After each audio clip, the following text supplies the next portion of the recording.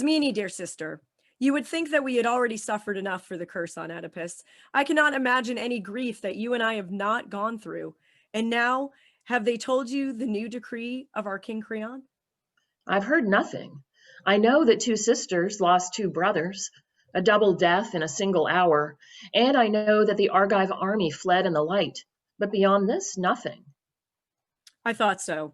And that is why I wanted you to come out here with me. There is something we must do. Why do you speak so strangely? Listen, Ismene. Creon buried our brother Autocles with military honors, gave him a soldier's funeral, and it was right that he should. But Polynices, who fought as bravely and died as miserably, they say that Creon has sworn no one shall bury him. No one mourned for him, but his body must lie in the fields, a sweet treasure for carrion birds to find as they search for food. This is what they say. Our good Creon is coming here to announce it publicly, and the penalty? Stoning to death in the public square. There it is. And now you can prove what you are, a true sister or a traitor to your family. Antigone, you are mad. What could I possibly do? You must decide whether you will help me or not. I do not understand you. Help you in what? Ismene, I am going to bury him. Will you come? Bury him? You have just said the new law forbids it. He is my brother, and he is your brother too. But think of the danger. Think what Creon will do. Creon is not strong enough to stand in my way. Oh, sister, Oedipus died, everyone hating him for what his own search brought to light, his eyes ripped out by his own hand. And Jocasta died, his mother and wife at once. She twisted the cords that strangled her life. And our two brothers died, each killed by the other's sword. And we are left. But oh, Antigone, think how much more terrible than these our own death would be if we should go against Creon and do what he has forbidden. We are only women. We cannot fight with men, Antigone. The law is strong. We must give in to the law, in this thing and in worse. I beg the dead to forgive me, but I am helpless. I must yield to those in authority. And I think it is a dangerous business to be always meddling. If that is what you think, I should not want you, even if you ask to come. You have made your choice. You can be what you want to be, but I will bury him. And if I must die, I say that this crime is holy. I shall lie down with him in death, and I shall be as dear to him as he is to me. It is the dead, not the living, who make the longest demands. We die forever. You may do as you like, since apparently the laws of the gods mean nothing to you. They mean a great deal to me, but I have no strength to break laws that were made for the public good. That must be your excuse, I suppose, but as for me, I will bury the brother I love. Antigone, I am so afraid for you. You need not be. You have yourself to consider after all. But no one must hear of this. You must tell no one. I will keep it a secret, I promise. Oh, tell it. Tell everyone. Think of how they'll hate you when it all comes out if they learn you knew about it all the time. So fiery. You should be cold with fear. Perhaps, but I am doing only what I must. But can you do it? I say that you cannot. Very well. When my strength gives out, I shall do no more. Impossible things should not be tried at all. Go away, Ismene. I shall be hating you soon, and the dead will too, for your words are hateful. Leave me my foolish plan. I am not afraid of the danger. If it means death, it would not be the worst of death. Death without honor. Go then if you feel you must. You are unwise, but a loyal friend indeed to those who love you.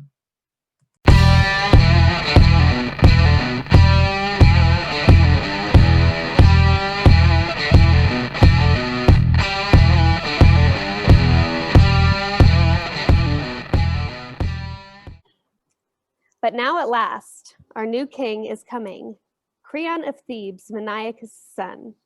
In the auspicious dawn of his reign, what are the new complexities that shifting fate has woven for him? What is his counsel? Why has he summoned the old men to hear him?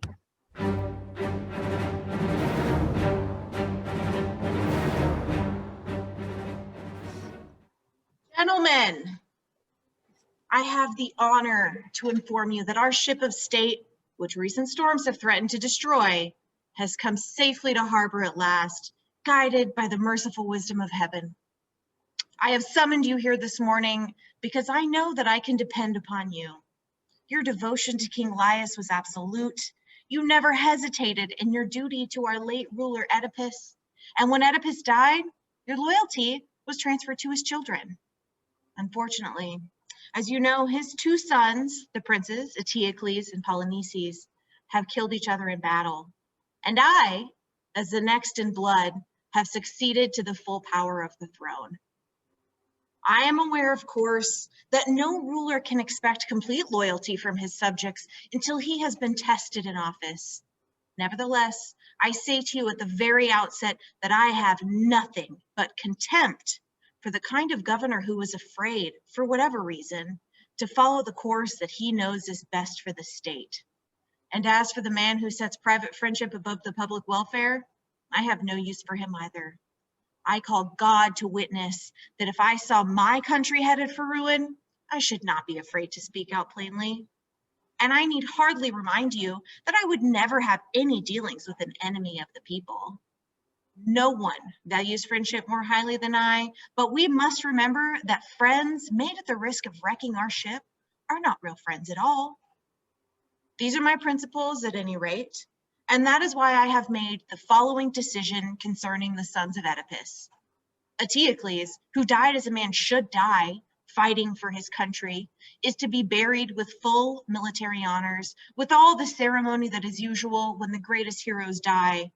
But his brother, Polynices, who broke his exile to come back with fire and sword against his native city and the shrines of his father's gods, whose one idea was to spill the blood of his blood and sell his own people into slavery? Polynices, I say, is to have no burial. No man is to touch him or say the least prayer for him. He shall lie on the plain unburied, and the birds and the scavenging dogs can do with him whatever they like. This is my command, and you can see the wisdom behind it. As long as I am king, no traitor is going to be honored with a loyal man, but whoever shows by word and deed that he is on the side of the state, he shall have my respect while he was living and my reverence when he is dead.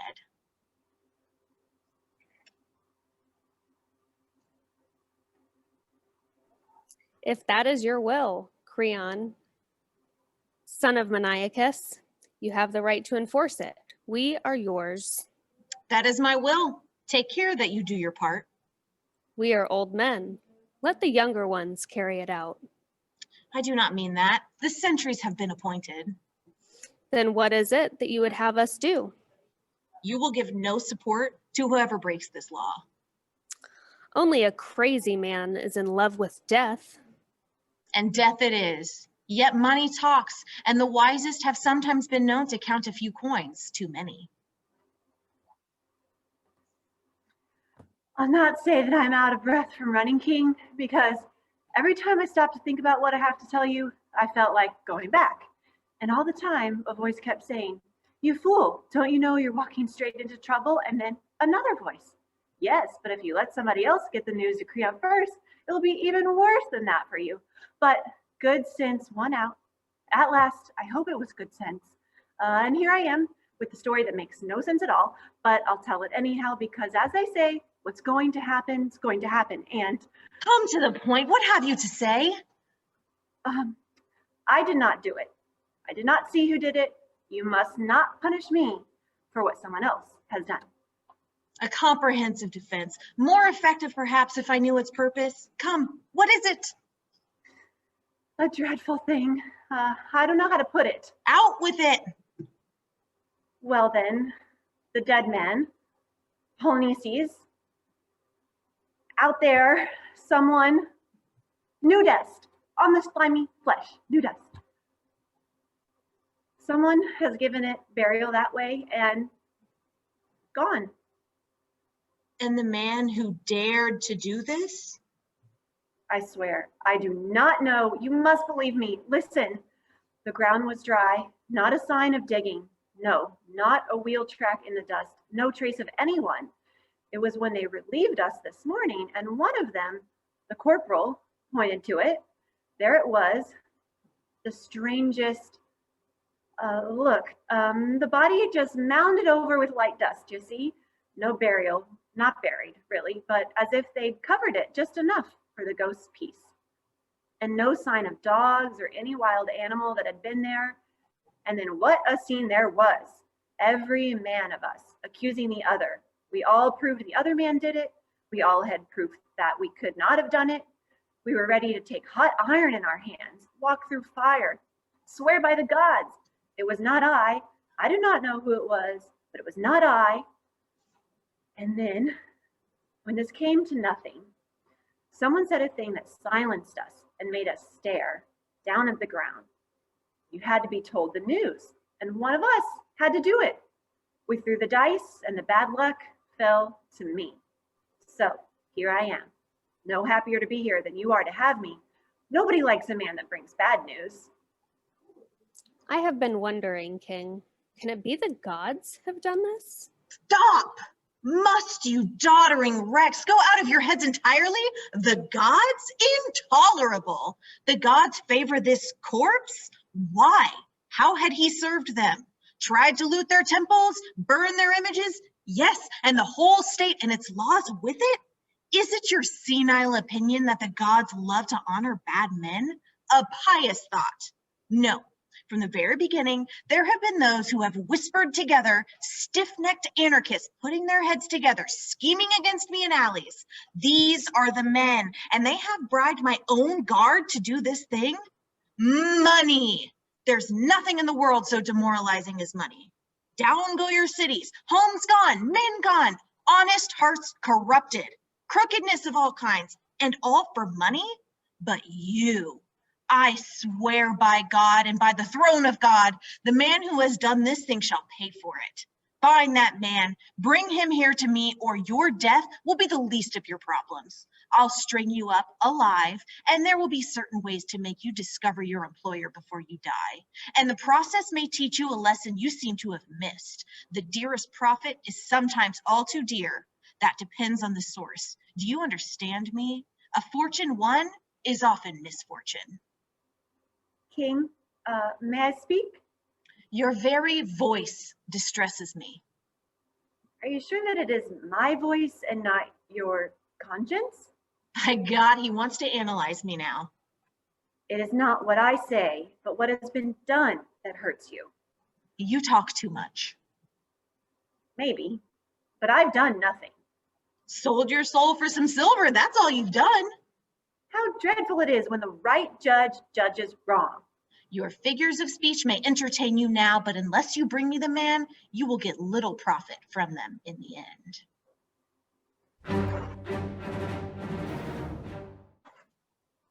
Bring me the man.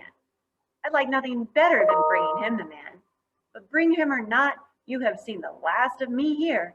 At any rate, I am safe.